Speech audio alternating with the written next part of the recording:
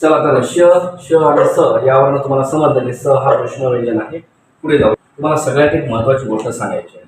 पहा, हे जर परीक्षेला उतरलं तर 100% आपला तुमचे तेवढे पाहणारे आणि ऐकणारे विद्यार्थी 100% पास होणार, त्यांना 1 मार्क मिळणार. पास होणार म्हणण्यापेक्षा 1 मार्क मिळणार, बाकीचं माहित नाही.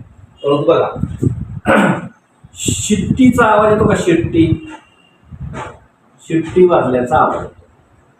कसा येतो? श श स शि शि शि असा शिट्टीचा आवाज येतो. येते की नाही आवाज? आवाज. म्हणून ह्या व्यंजनांना कोणत्या? श श स यांना षटकार म्हणायचं. काय म्हणायचं ते बरोबर?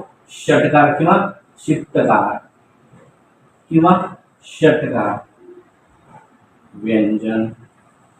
हे षटकार व्यंजन आहे. म्हणजे शिटकार व्यंजन आहे. शिट्टी किंवा फुसकार, फुसकारणी,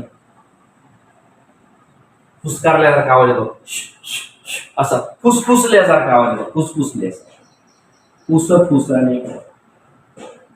म्हणून हे व्यंजन जे आहेत फुसफुस व्यंजने आहेत.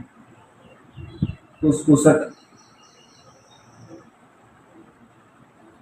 है ना, त्यांचं उच्चारण कसं आहे? फुसफुस असा होता, असा.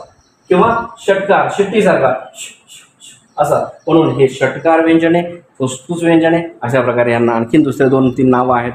ऊष्म व्यंजने पण म्हणा, घर्षण व्यंजने पण म्हणा, फुसफुस व्यंजने आहेत, षटकार व्यंजने आहेत. कसा बी कोणत्याही शब्दावर प्रश्न येऊ द्या, कोणताही शब्द टाकून तुम्हाला फिरून फिरून टाकू द्या, तुम्हाला उत्तर लिहिता आलं पाहिजे.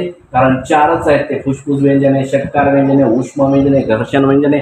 म्हणजेच श श आणि स हेच आहेत ते, दुसरं कोणतंच नाहीये. चला, प्रश्नाचं उत्तर मिळालं.